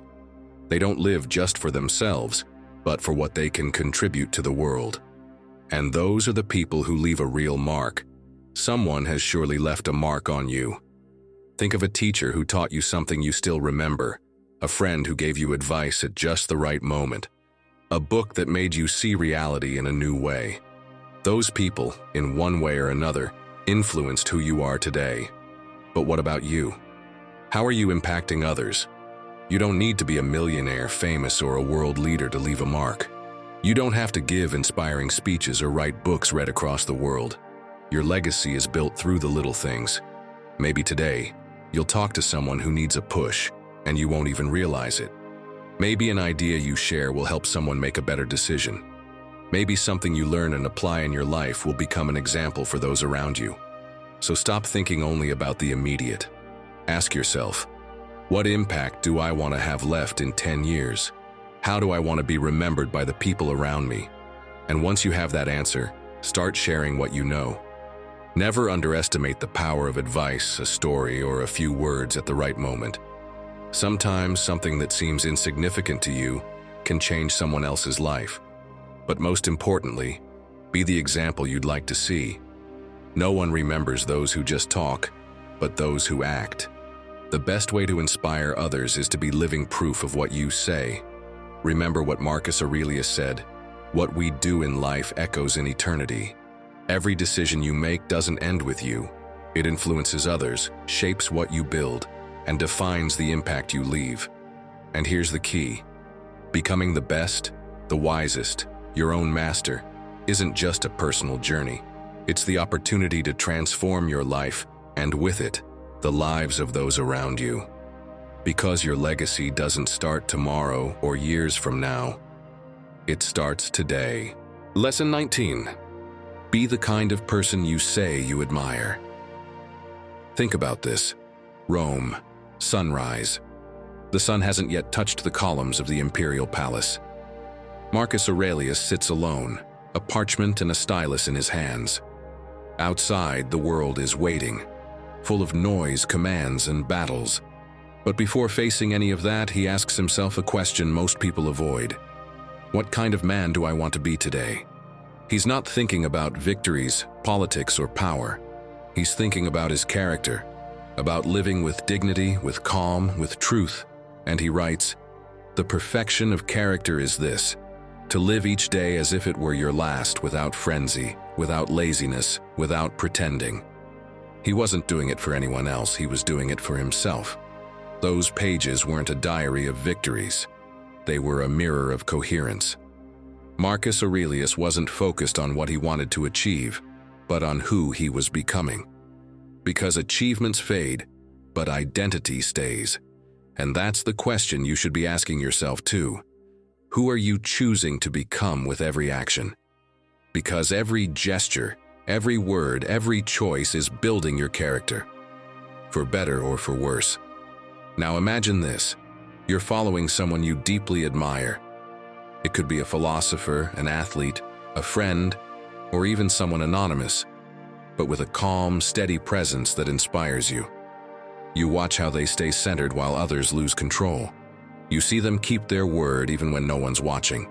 And you think, I wish I were like that. But here's the truth. You can be, if you start acting like that person would, right here and now.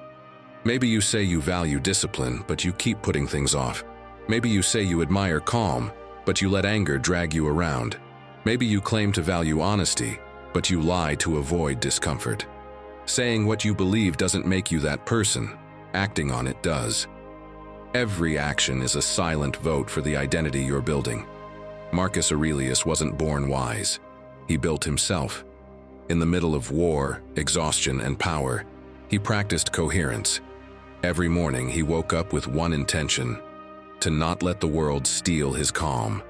And even though he was an emperor, he understood that the greatest mastery is self-mastery. His true victory wasn't conquering land, it was staying at peace with himself. Stoicism teaches that living according to nature doesn't mean settling for mediocrity.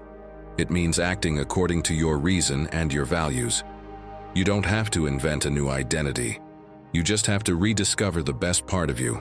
That strong, calm, and consistent version of yourself is already there. It just needs you to start acting like it. Now, my friend, think of someone you truly admire, but this time, flip the scene. Imagine that instead of following them, you followed yourself for a whole day. From the moment you wake up to the moment you go to bed. Watch yourself with honesty. You say you want to be disciplined, but you hit snooze 3 times. You say you value serenity, but you lose your cool over traffic or one comment. You say you want to live with purpose, but spend hours distracted by things that don't matter. That gap between what you say you admire and what you do each day, that's the invisible wall keeping you from your best version. Here's the good news. You don't need to break that wall down in one blow. Just start acting differently, even a little. Because every time you choose to behave like the person you admire, you're getting closer to becoming them. Every decision, no matter how small, is a silent vote for the identity you're shaping. When you say, I want to be disciplined, but skip your commitments, your mind learns that your words don't mean much. But when you act with discipline, even when you don't feel like it, you're training your character. It's like telling your mind, this is who we are now. Actions shape identity, not intentions. That's the key. Stop waiting for the perfect moment to act. Identity doesn't change through thinking. It changes through movement. Act first. The feeling comes later. Seneca said it best. Act the way you want to be, and soon you'll be the way you act. Don't wait to feel strong before acting like someone strong. Start today, even if it feels forced. Every repetition counts, every effort builds. And one day, without realizing it, that way of acting will feel natural. There's a moment when everything changes, when you stop asking, "What should I do?" and start asking, "What would my best self do right now?" That one question can change everything, because it doesn't push you into the future, it anchors you in the present. It forces you to decide with clarity and intention. It reminds you that what you do now is writing the story of who you are. And here comes one of Stoicism's most powerful lessons. Who you are when no one is watching. That's who you really are. The Stoic doesn't seek recognition. He doesn't need an audience. His integrity is his refuge. His fulfillment comes from living in alignment with his values, even if no one notices. That's why his life has meaning. Every single day, even the hard ones. Remember this: goals are achieved and forgotten. But when you become someone with purpose, every day matters, even the difficult ones. Because the Stoic isn't chasing results, he's chasing coherence. And when he finds it, his entire life shifts. Tell me in the comments, what quality of the person you admire are you going to practice today? Or just write, "Today I act as my best version." Because there's no better moment to become that person than right now. Here, today. Lesson 20. Speak less, make more impact. It is said that Miyamoto Musashi, the legendary samurai, rarely spoke. Not because he was shy, not because he had nothing to say, but because he knew that words mean little if actions don't back them up. Legend has it that before every duel, his opponent would boast about their skills, make bold promises of victory, and try to intimidate him with grand speeches. Musashi, on the other hand, simply observed in silence. And when the moment of truth arrived, he let his sword do the talking. In the end, the one who spoke the most was always the first to fall. Epictetus put it simply, don't explain your philosophy, embody it. Think about it. What's the point of saying you're disciplined if you don't keep your commitments? What's the point of promising to change if you keep repeating the same habits? What's the point of talking about your plans if you never take action? Here's the uncomfortable truth. When you talk too much, you lose focus.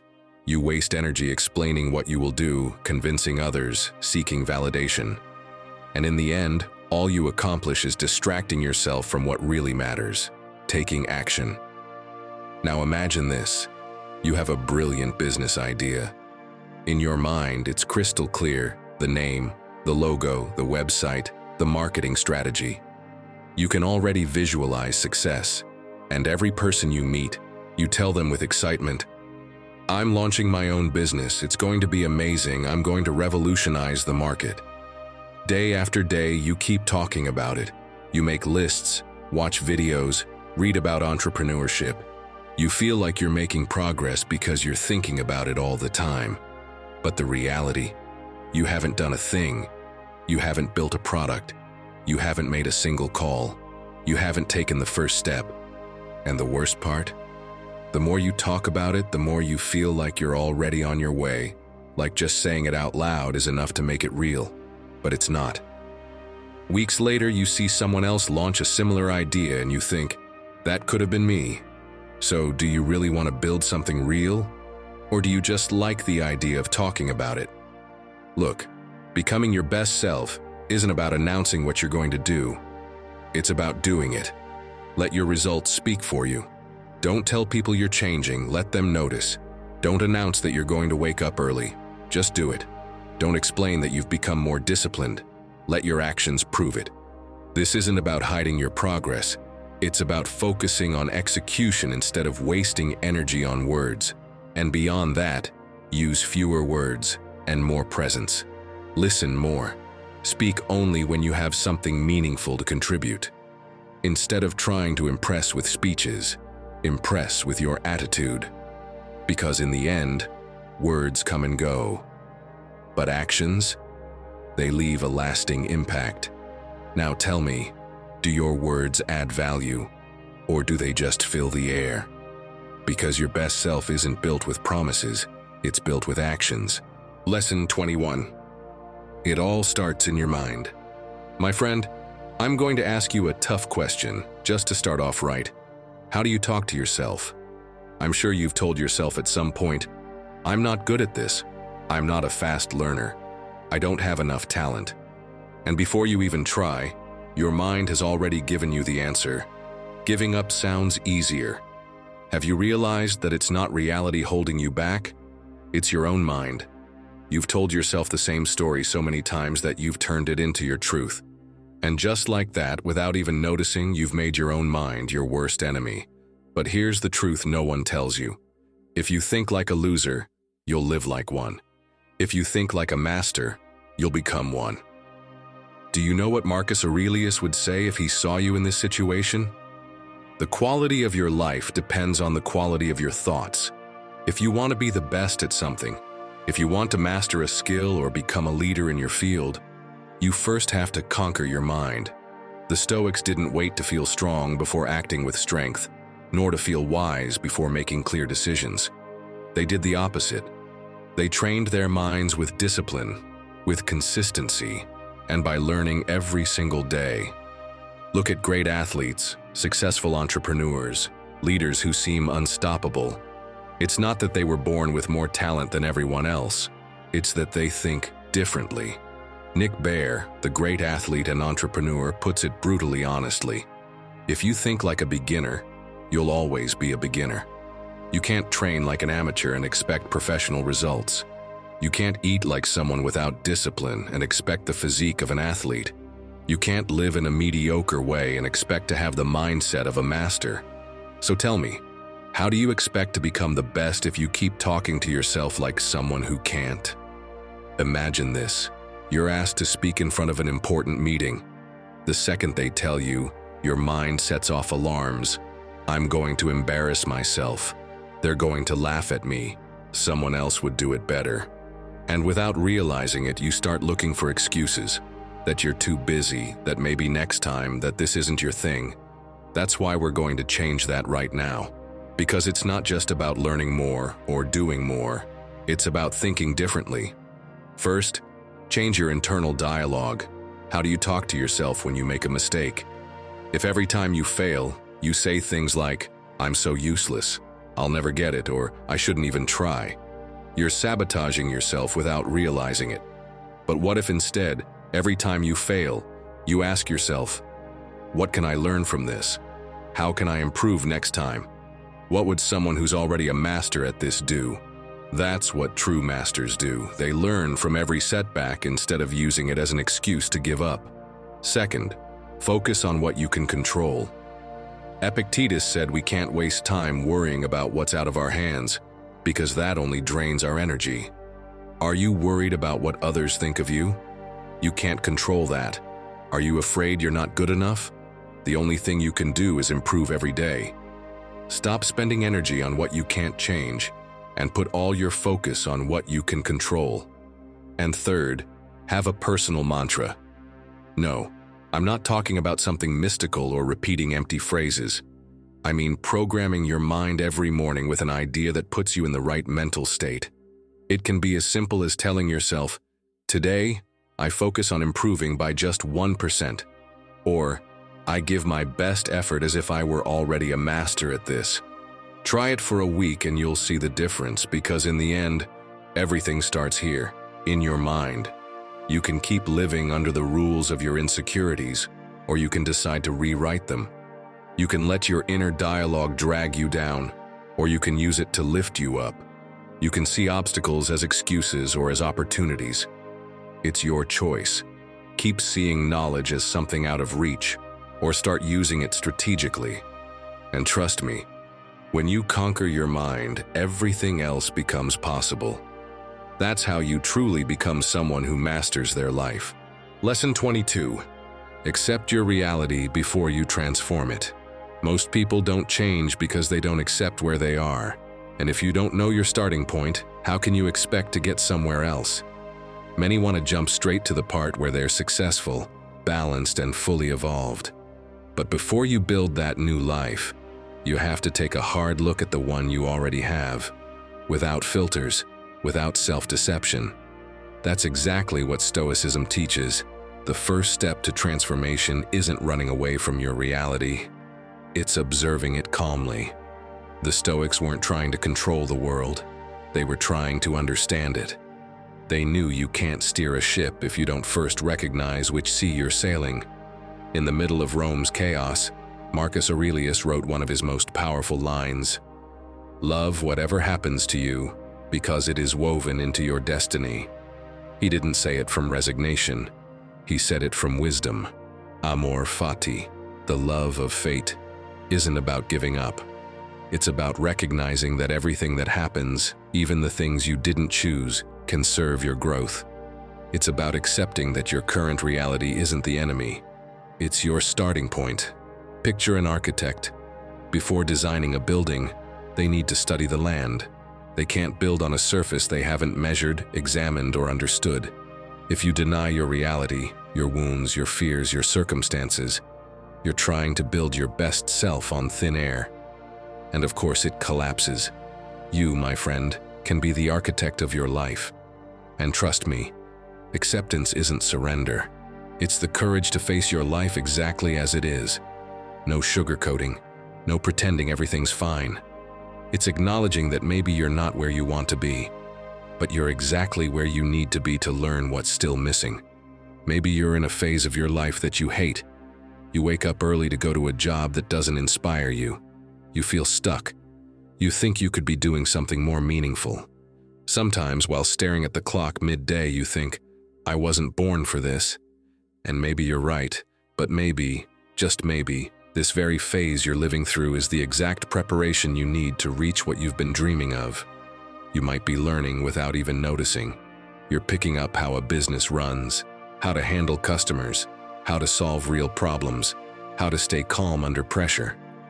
And though it might not seem like it yet, those are the very skills that will help you the day you finally launch your own project, when you take that leap you've been thinking about for so long. Then it clicks. This moment isn't a punishment. It's your training ground. This phase isn't holding you back, it's preparing you. And when your perspective shifts like that, the weight disappears. Because now, instead of resenting your present, you start using it. You make it part of the process of building that better version of yourself that's already on the way. That's exactly what it means to live amor fati, to understand that even the most uncomfortable parts of your story are raw material. Your mistakes, your losses, your disappointments, they're not obstacles. They're the building blocks for what comes next. The Stoics didn't aim for a perfect life. They aimed for a mind that could work with imperfection. Seneca summed it up perfectly. What matters is not what happens to you, but how you respond to it. That phrase should be written on every mirror, because we all want to change, but very few are willing to face the truth of their current situation first. Without acceptance, there's no clarity, and without clarity, there's no direction. When you refuse to accept what you're living through, it's like pushing a door that only opens inward. The more you push, the more exhausted you get. But when you accept, the door opens on its own, and on the other side you don't find resignation, you find peace. Stop fighting the present moment. That doesn't mean you have to like it. It means you look at it directly and say, "This too is part of my path." That one sentence silences the resistance. And from there, act. Not from frustration, but from clarity. When you take action just to escape your reality, you end up repeating the same patterns in a new setting. But when you act from understanding, each step takes you closer to a stronger, freer version of yourself. Epictetus, who was a slave before becoming a teacher, understood this better than anyone. He couldn't change his circumstances, but he could change how he lived them. And that mindset freed him long before his physical chains were removed. He once said that the wise person doesn't wait for a perfect world to act.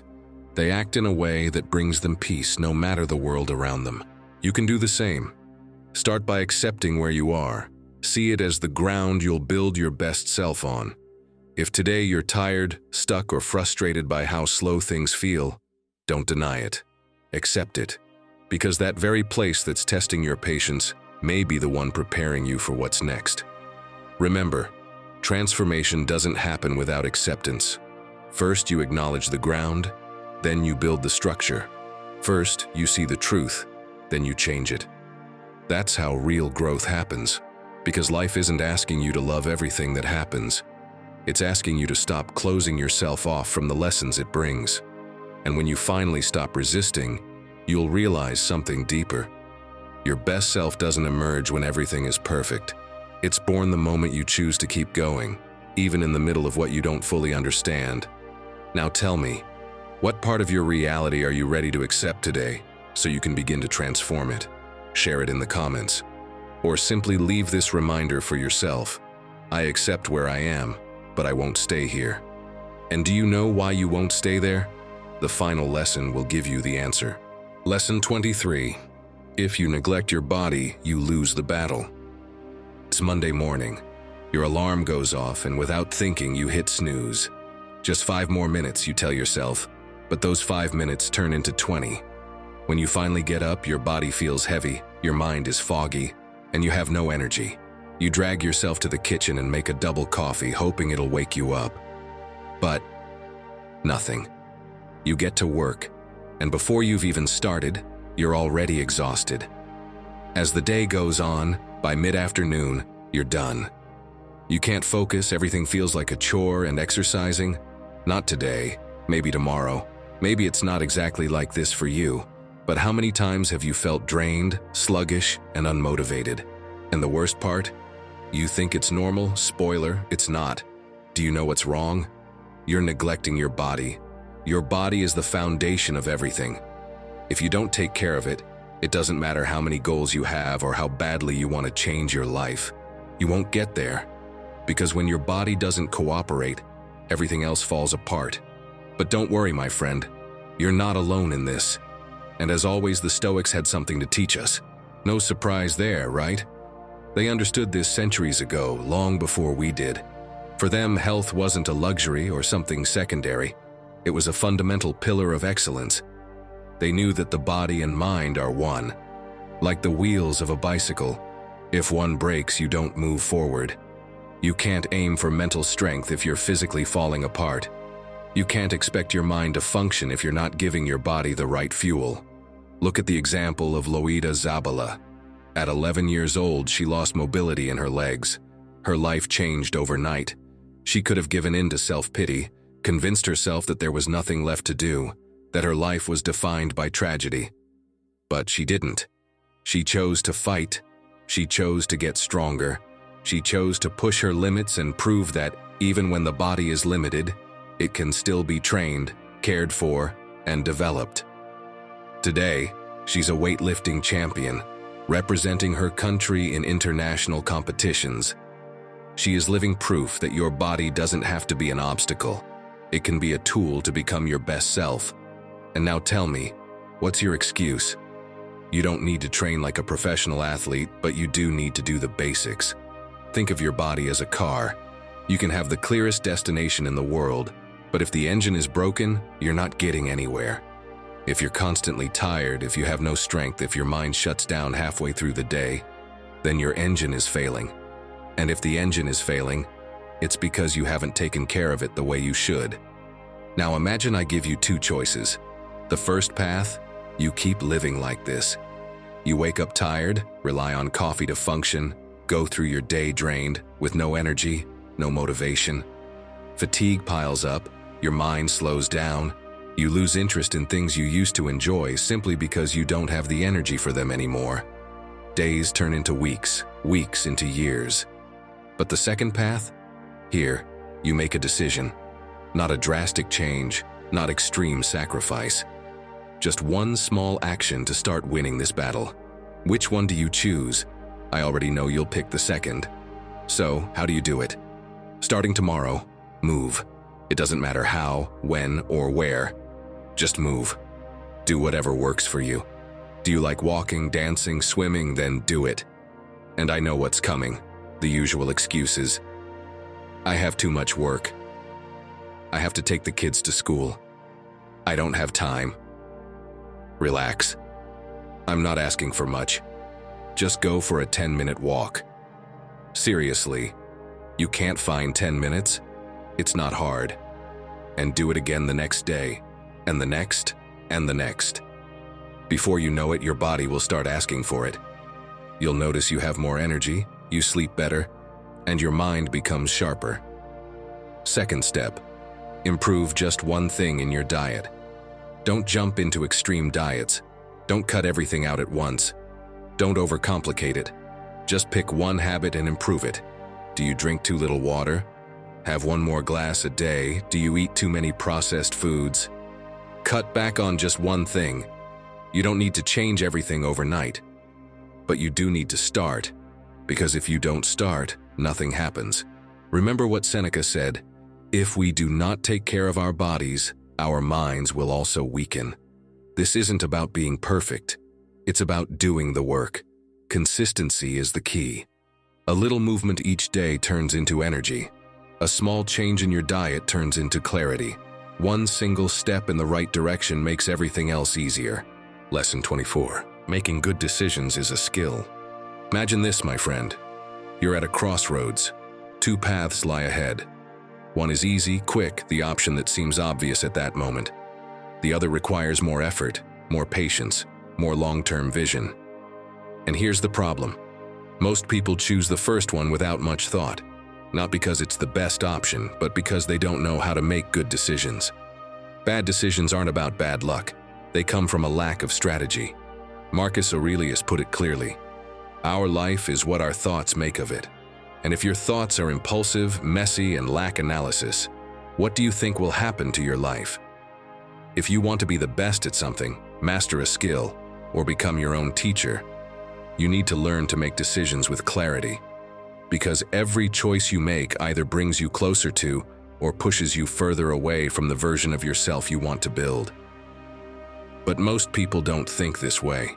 Think about the times you've bought something on impulse just because it was on sale. At the time, it seemed like a good idea. Then comes the regret, when you realize you didn't need it, or that you could have used that money for something better. The same thing happens in relationships. Many times we choose to be with someone because we get carried away by the emotions of the moment, without thinking about whether that person truly helps us grow or drags us down. Or in work. How many times has someone taken a job just because it pays well, without considering whether it will help them grow or leave them stuck for years? Bad decisions don't come out of nowhere. They are the result of not properly analyzing your options. And the Stoics understood this well. That's why they had a method called premeditation of evils. It didn't mean they always expected the worst. It meant that before making a decision, they imagined all the possible consequences. Before taking action, Marcus Aurelius would analyze, if I do this, what could happen? What's the worst-case scenario? Am I prepared for it? That is the difference between someone who lets life push them around and someone who truly takes control of their destiny. So imagine this situation. You've been feeling unmotivated at your job for a while. You know you could aim higher, learn a new skill, and find something better. But there's fear. What if I don't succeed? What if I regret it? What if I lose stability? This is where the difference lies between deciding with strategy or deciding with emotion. If you decide out of fear, you'll stay where you are, complaining, waiting for things to change on their own. But if you decide strategically, applying the Stoic mindset, you'll do something different. First, evaluate before deciding. Don't make a decision just because it feels right in the moment. Analyze it. Ask yourself, what do I really want? Does this option bring me closer to or further from my goals? Second, think long-term, not just about the immediate situation. Will this job allow me to grow in 5 years? Or is it just giving me temporary comfort?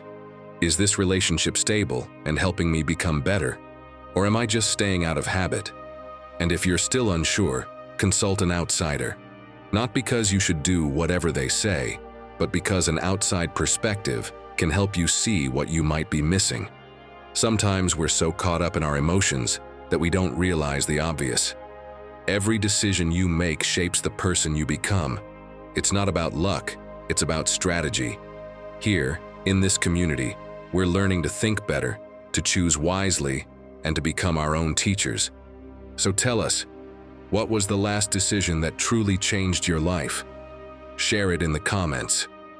We want to read your story and learn together. Lesson number 25. Your best self is not a destination, it's a way of living. Imagine walking down a never-ending road. The air shifts as you go. Sometimes the sun warms your skin. Other times the rain soaks you without mercy. There are turns you didn't expect, stretches that feel endless, and landscapes that take your breath away. And even when you swear the horizon is just ahead, you never quite reach it. You move forward, get tired, take a break, and keep going. Until one day you realize something important. The goal was never to arrive. It was to transform along the way. That's the trap most people fall into, believing that their best version is waiting for them at the end of the road, like a prize for those who hold on long enough. But Stoicism teaches us the opposite. Real transformation happens during the journey. It's not a place you reach, it's a direction you choose. Every day, in every decision, in every thought. Marcus Aurelius lived exactly this way. He didn't wait for peace once Rome was in order. He cultivated it in the middle of chaos. While everything burned around him, wars, betrayals, disease, he found calm in the way he thought and acted. He wrote in his journal, "The perfection of character is this, to live each day as if it were your last, without agitation, without apathy, without pretending." He wasn't writing to sound wise. He did it to remind himself that peace isn't something you find in the future. It's something you choose in how you face the present, and this is something you can apply too. Think about how many times you've said, "I'll be happy when you get a new job, when you earn more money, when you find a partner, when you finally have time, when everything lines up." But each time you reach one of those goals, you realize the emptiness is still there. Because happiness, like your best self, isn't in the outcome, it's in how you choose to live while you're on the way. Picture yourself driving on that road. You stare at the horizon, anxiously scanning for signs that you're getting close. But in doing that, you miss the view, the beauty of the ride itself. Without realizing it, you live with your eyes fixed on what's missing, not on what's already here. And just like that, the present slips away. The Stoics spoke of eudaimonia, a word that doesn't just mean happiness, but something deeper, the fulfillment of the soul, living in harmony with your values, your actions, and your purpose. Seneca said, "Life is not short, we just waste a lot of it." What shortens your life isn't time, but the distraction of always waiting for something more. Your best version doesn't appear in one day. It's built through thousands of small acts you repeat when no one is watching. Every time you choose not to react with anger, every time you stay calm in the middle of chaos, every time you keep your word even when no one's around to notice, you're moving forward. The world might not see it, but you feel it. You're becoming stronger, wiser, freer. My friend, don't demand perfection from yourself. Demand presence. Perfection drains you. Presence heals you. You don't have to do everything right. You just have to be conscious while doing it.